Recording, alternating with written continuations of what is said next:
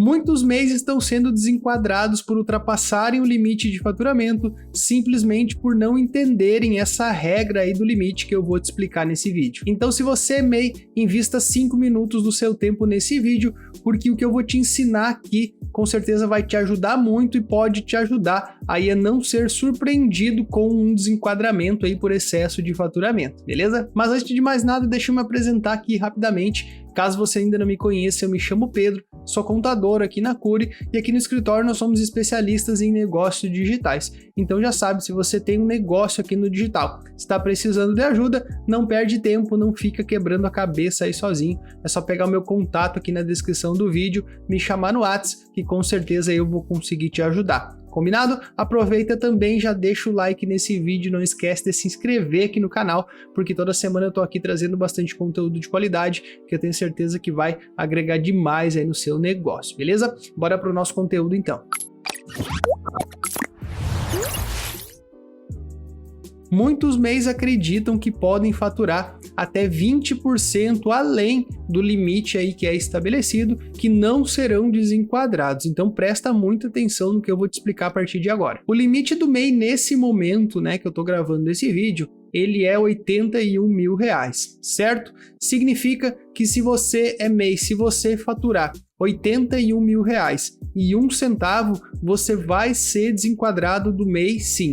Essa é a regra. Dito isso, eu vou te explicar agora quais são as diferenças na hora do desenquadramento para aqueles MEIs que ultrapassam o limite em até 20% e aqueles MEIs que ultrapassam o limite em mais de 20%. Na primeira situação, então, nós temos o MEI que ultrapassa o limite de faturamento em até 20%. Nessa situação, esse MEI ele vai ser desenquadrado a partir de janeiro do próximo ano. Eu vou trazer um exemplo aqui para ficar mais fácil de entender. No nosso primeiro exemplo, então, a gente tem um MEI que agora em 2022 ele faturou um total, né, de janeiro a dezembro de R$90 mil. A gente precisa entender que o limite do MEI é R$81 mil e os 20%, então, ele dá um total aí de 97.200. Então, aqui nesse primeiro momento, esse MEI que faturou então um total de R$90 mil, ele ficou ali entre os R$81 mil, que é o limite, e entre, né, os 97.200, que dá o limite mais 20%. Então, nesse caso, como ele ficou ali no meio, né, dessa faixa de faturamento, sendo que ele ultrapassou o limite do MEI, porém ele não ultrapassou em mais de 20%, vai acontecer o seguinte com esse MEI. Ele vai terminar o ano, ele vai fazer a declaração anual de faturamento do MEI lá em janeiro de 2023, ele vai informar os R$90 mil faturados então em 2022. Nesse momento, o próprio sistema já vai calcular o imposto para ele pagar somente sobre a diferença, somente sobre o excedente, ou seja, sobre R$9 mil.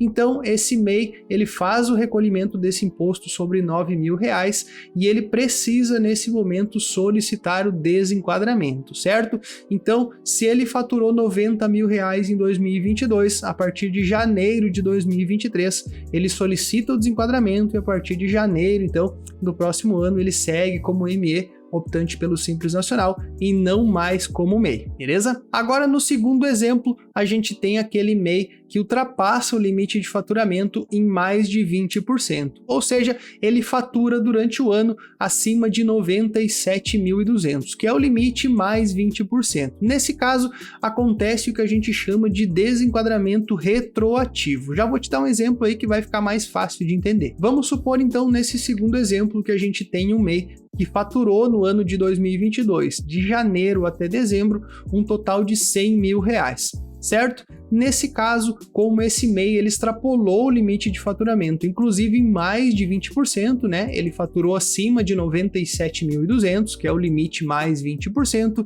Nesse caso, ele vai ser desenquadrado retroativamente a janeiro de 2022. Então, observe que no primeiro exemplo, ele vai ser desenquadrado em janeiro de 2023, agora nesse exemplo do desenquadramento retroativo, que ele faturou acima de 20% do limite, o desenquadramento acontece retroativamente ao início do exercício, certo? Nesse caso, então, é como se o MEI ele tivesse, né, essa opção do MEI anulada retroativamente a janeiro, sendo que ele vai precisar pagar imposto sobre todo esses R$100 mil que ele faturou em 2022. Então, essa é a sistemática do desenquadramento retroativo, certo? Se anula o fato dele ter sido MEI em 2022, desde janeiro, então ele precisa calcular os impostos como ME, optante pelo Simples Nacional, e fazer o pagamento, beleza? O que acontece é que muitos microempreendedores individuais, eles ultrapassam o limite de faturamento do MEI, que é os R$81 mil, e acreditam, né, que por não ultrapassarem os 20%, eles somente precisarão pagar, então, um imposto sobre a diferença e eles vão poder continuar como MEI no ano seguinte, quando, na verdade, qualquer valor que for ultrapassado do limite normal dos R$81 mil vai fazer com que o MEI ele seja desenquadrado, certo? A diferença,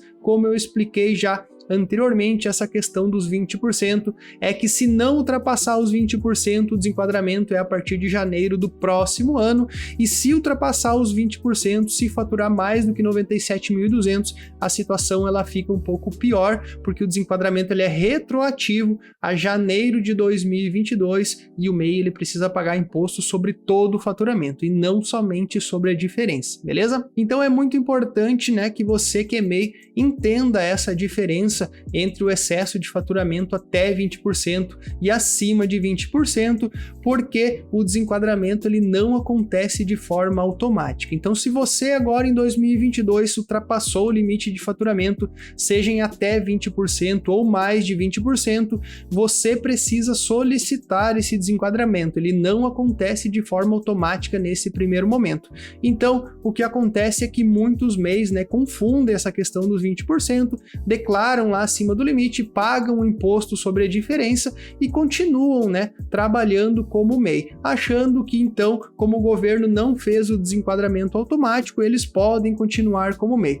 O que vai acontecer é que daqui 2, 3 anos, né, como você não solicitou esse desenquadramento lá no portal do Simples Nacional, o governo vai fazer esse desenquadramento aí de forma compulsória, né, ou então por ofício, como a gente chama, retroativamente desde a data que você deveria ter solicitado. Então imagine que uma empresa aí trabalha 2, 3 anos achando que tá legal, tá lá como microempreendedor individual e vem um desenquadramento retroativo e essa empresa ela precisa calcular aí 2, 3 anos de impostos aí de forma retroativa. Então é muito importante entender como funciona essa sistemática, né? Quando o MEI ele ultrapassa o limite para não continuar trabalhando como MEI irregularmente para depois criar uma bola de neve de imposto aí que precisa pagar. Então, como eu falei, na dúvida se estiver chegando perto do limite de faturamento do MEI ou se tiver uma previsão, né, de que vai extrapolar o limite até dezembro, já entre em contato para tirar aí as dúvidas, porque muitas vezes fazendo um bom planejamento